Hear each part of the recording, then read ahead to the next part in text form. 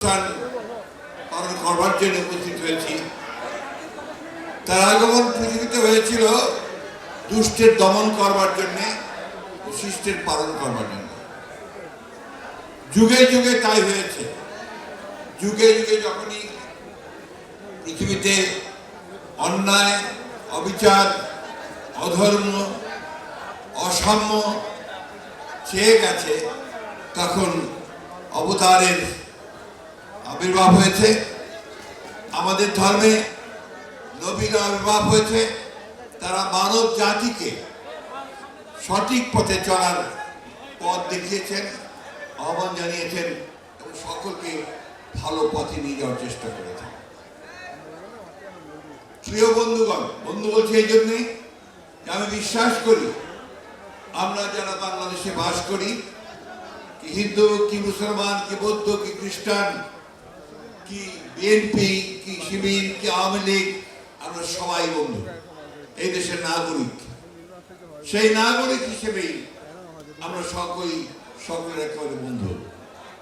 কিন্তু দুঃখজনক হলো সত্য যে বিগত 15 বছর যারা আমাদেরকে ভুল বুঝিয়ে, আমাদের ভোট নিয়ে আমাদেরকে শাসন করেছেন, তারা এই 15 বছর আমাদেরকে বন্ধু হিসেবে মনে করেননি, মনে করেছেন পূজা হিসেবে।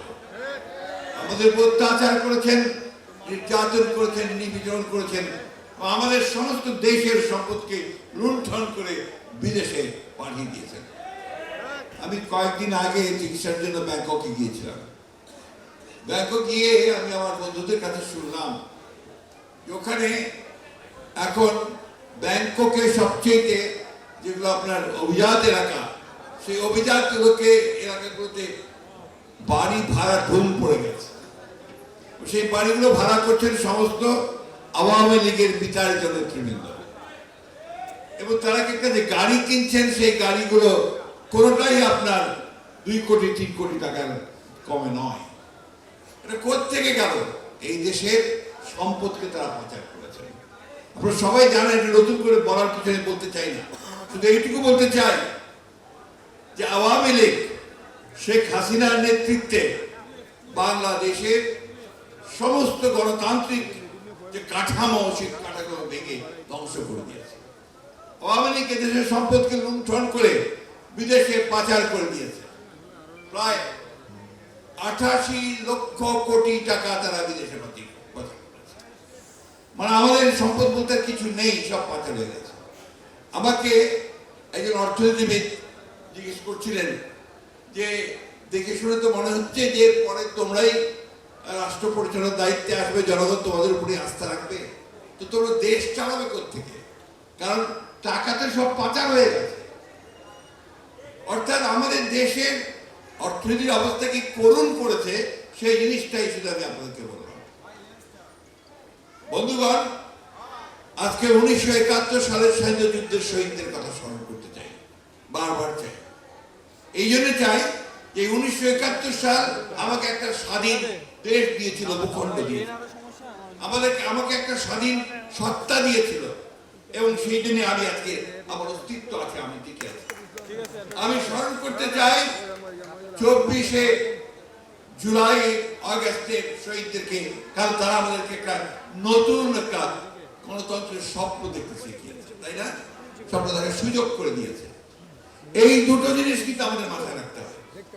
আজকে একটা প্রচ্ছন্ন একটা প্রচেষ্টা আছে 71কে ভুলিয়ে দেওয়া।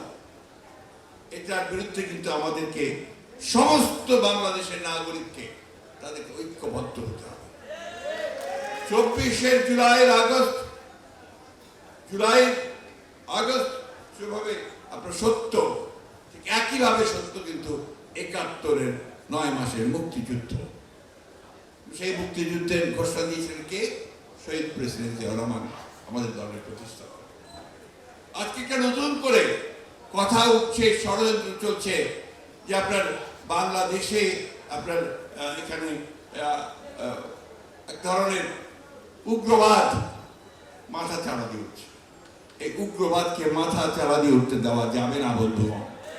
আমাদের বাংলাদেশের যে আত্মা, যে সোল, সেই অস্তিত্ব আমাদের রক্ষা পাবে না। এই কথাটা আমাদের সবাইকে মনে রাখতে হবে। আমি কথাটা আজকে এই জন্য আরো বেশি করে বলছি যে এইখানে আপনাদের সকলকে বিভক্তি বিভাজনের রাজনীতি কেউ করবেন না। অতীতে যা হয়েছে হয়েছে। এখন বাংলাদেশের অস্তিত্বের জন্য, বাংলাদেশকে টিকিয়ে রাখার জন্য, বাংলাদেশকে সামনে নেওয়ার জন্য, বাংলাদেশকে আরো উন্নত করবার জন্য আমাদেরকে সবাইকে ঐক্যবদ্ধ হয়ে কাজ করতে হবে। আপনারা দেখেছেন যে এই আন্দোলনের পরে আজকে আমাদের নেতা তারেক রহমান সাহেব তিনি নির্যাতিত হয়ে নিপীড়িত হয়ে নির্বাসিত হয়ে বিদেশে ছিলেন। সেখানে থেকে তিনি আমাদেরকে নেতৃত্ব দিয়েছেন, সব সময় যে ডাক দিয়েছেন সেই ডাকটি হচ্ছে ঐক্যের ডাক, সমস্ত বাংলাদেশিদের ঐক্যের ডাক। এই ঐক্য দিয়ে আমাদেরকে আমাদের স্বাধীনতা রক্ষা করতে হবে। তিনি বলেছেন এবারের সংগ্রামটা হচ্ছে আমাদের স্বাধীনতা রক্ষার সংগ্রাম।